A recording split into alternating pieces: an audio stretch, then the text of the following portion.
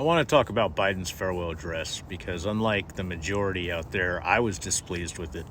Biden quoted Eisenhower, which I liked, speaking on the warnings of the military industrial complex and the dangers that it actually poses. Now, don't get me wrong, I support the instruments that support our own abroad. But the military industrial complex, chocked full of lobbyists, does write policy, and that's not true governance. But the problem I have with it is that even with Eisenhower's warning, it still came to fruition. We see the military industrial complex just dominating the field today. And so when Biden then goes on to warn about oligarchs and tyrants, the only thought I think to myself is, that's great, but words without action accomplish nothing. You have a duty, Mr. President, to uphold and protect and defend the Constitution.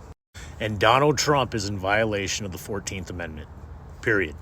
Donald Trump has already nullified the legal system and the rule of law, especially with judges like Juan Merchan not giving any kind of punishment or penalty for a convicted felon.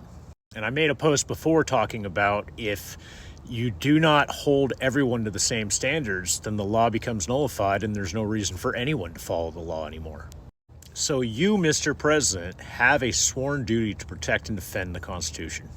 Donald Trump is not officially sworn in yet. The clock is ticking. And Trump is already making moves we're seeing by my last post on the behest of Vladimir Putin. Putin will order Trump to dissolve our relationship with NATO. He will stop any and all support to Ukraine. And Donald Trump bragged in his first administration about no new wars. Well, guess what, MAGA? If Trump sides with Putin, he will deploy our own, and the world will be plunged in a World War III. And because of that, our military will split when Trump orders our own to attack our allies, or Hegseth orders our own to attack our own here at home. And that movie Civil War won't be so far-fetched. Our military will split. The honorable ones that uphold their sworn oath will not follow a dictator and his leader, Vladimir Putin. So to the current commander-in-chief, you have a sworn duty to uphold, protect, and defend the Constitution of the United States of America. And if you don't, the Constitution is nullified just like Trump nullified the rule of law. And the great experiment is over. So to anyone that's still watching this, please share this. Please tag the current commander-in-chief, President Biden, and the current Vice President, Kamala Harris, and tell them that they've got a sworn duty to uphold their oath to protect and defend the Constitution. It's bad enough that our gutless Democrat leaders, not a single one of them could stand up and even voice their dissent on challenging this election. And we've got turncoats that need to be voted out, like Fetterman, Schumer.